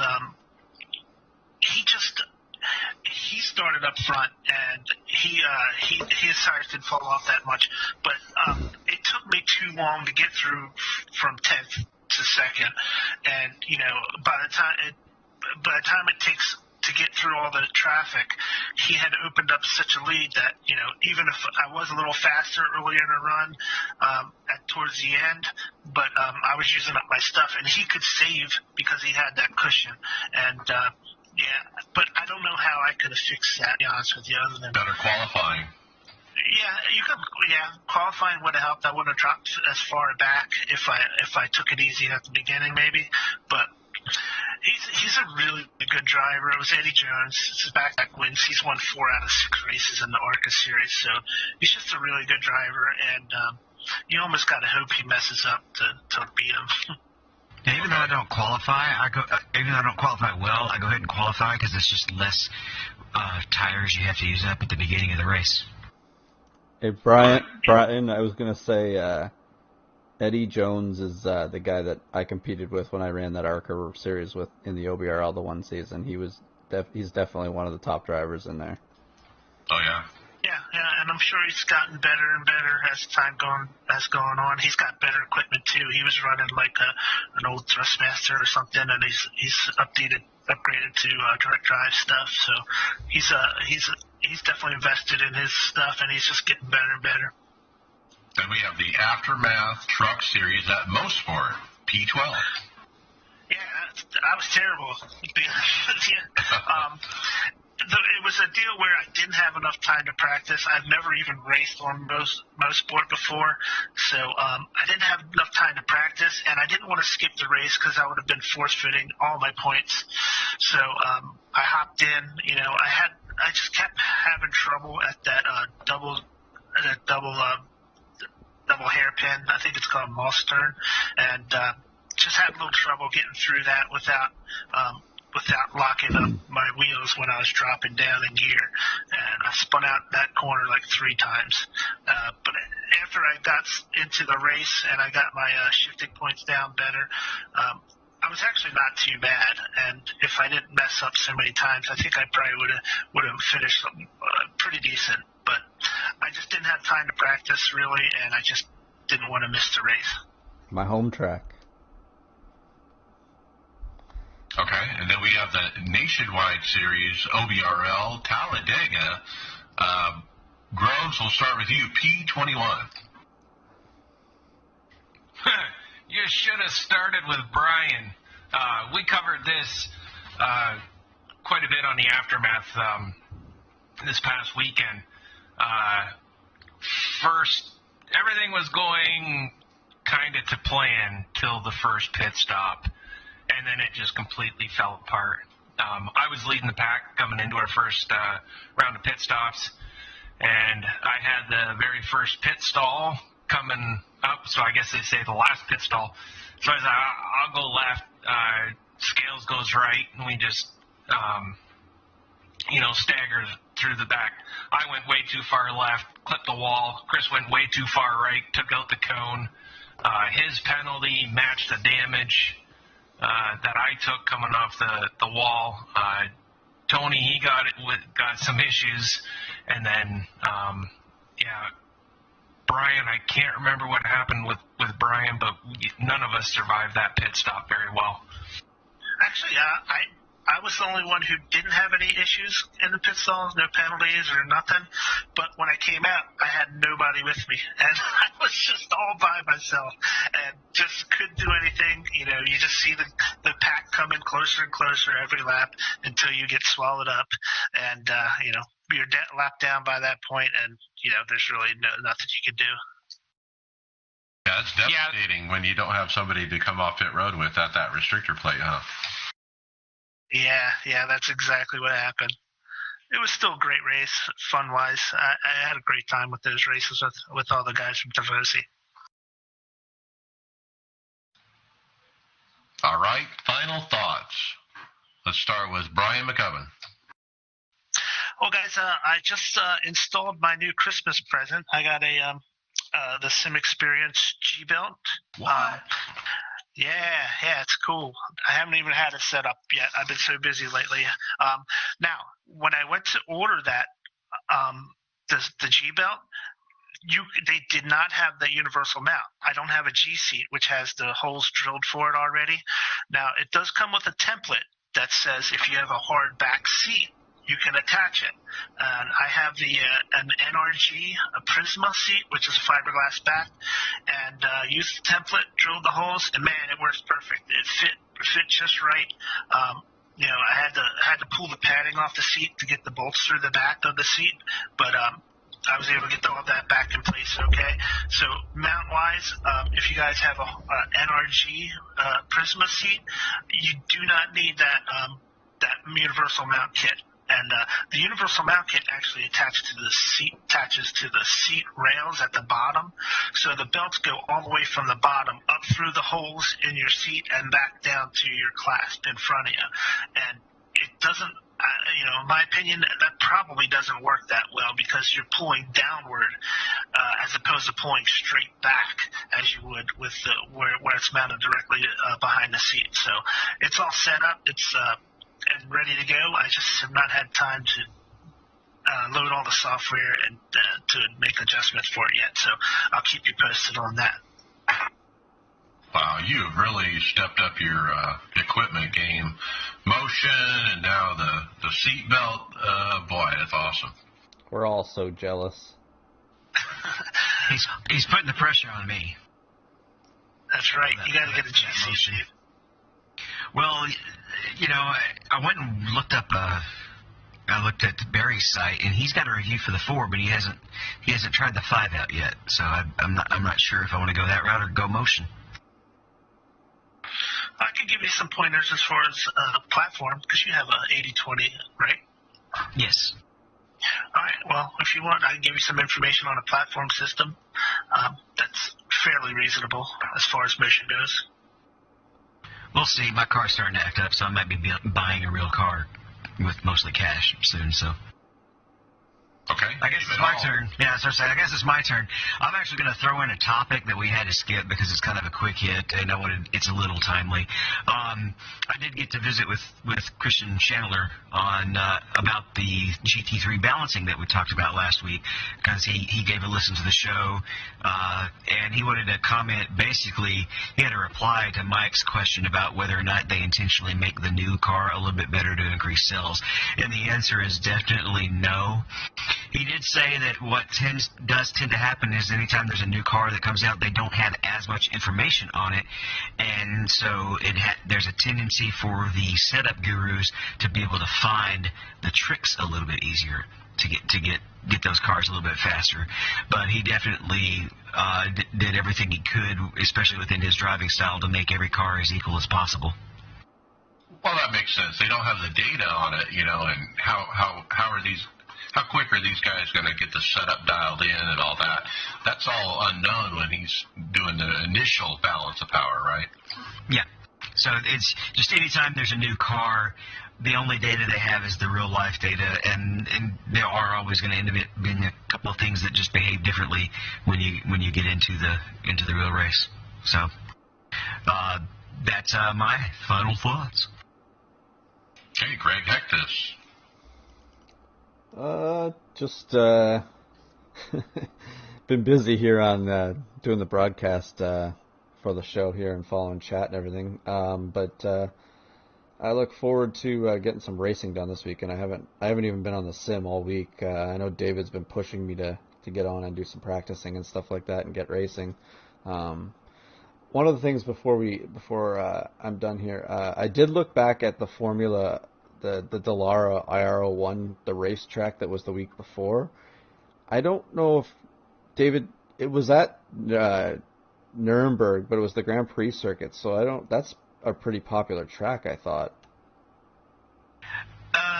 No, the numbers are lower there compared to like when you're in Watkins Glen or Monza. like when IMSA is at Monza, there's 200, 300, 400 people registering prime time. When they're at Nuremberg GP, sometimes it's only a single split, even at prime time. Isn't that track double price a regular track? That's the big one. Well, there's the Nürburgring is the big track. And it's not Nuremberg, it's Nürburgring GP is the little track. And I think the big track is a separate purchase from the GP track. Oh, okay. Yeah, it is. Anyways, just to finish up there. I think, David, you were saying that we, over our chat there, we kind of got penalized for our MTech race a couple weeks ago, which is kind of unfortunate. Hopefully we can do something about it, maybe protest it or something. But I don't think we were in the wrong, but we'll see. I'm looking forward to getting some more races in, like I said, this weekend. And hopefully, you said there was some major stuff this weekend too, right, David? Yeah, the race week for the 2.4 starts with what's called support races that you can run all three of them. They're in 3 different time zones, but you can run all of them, and they count towards practice laps. And for a while, the winner got to automatically be in the top split as well, but I think they did away with that. Well, look forward to it, and we'll see from that. But yeah, I'm enjoying the broadcast here, working with it, so hopefully everybody else that's watching it can visit Twitch and Facebook, and then obviously go back. You can go back later after it is live on YouTube as well, but can go back later and watch it its entirety.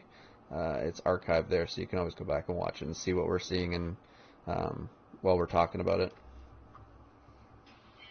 Okay, Tony Groves, final thought. I guess a couple things happened. We did another episode of Aftermath this Saturday, so if you haven't downloaded it, check it out. And I was actually putting some laps in at a road course. Planning on, yeah.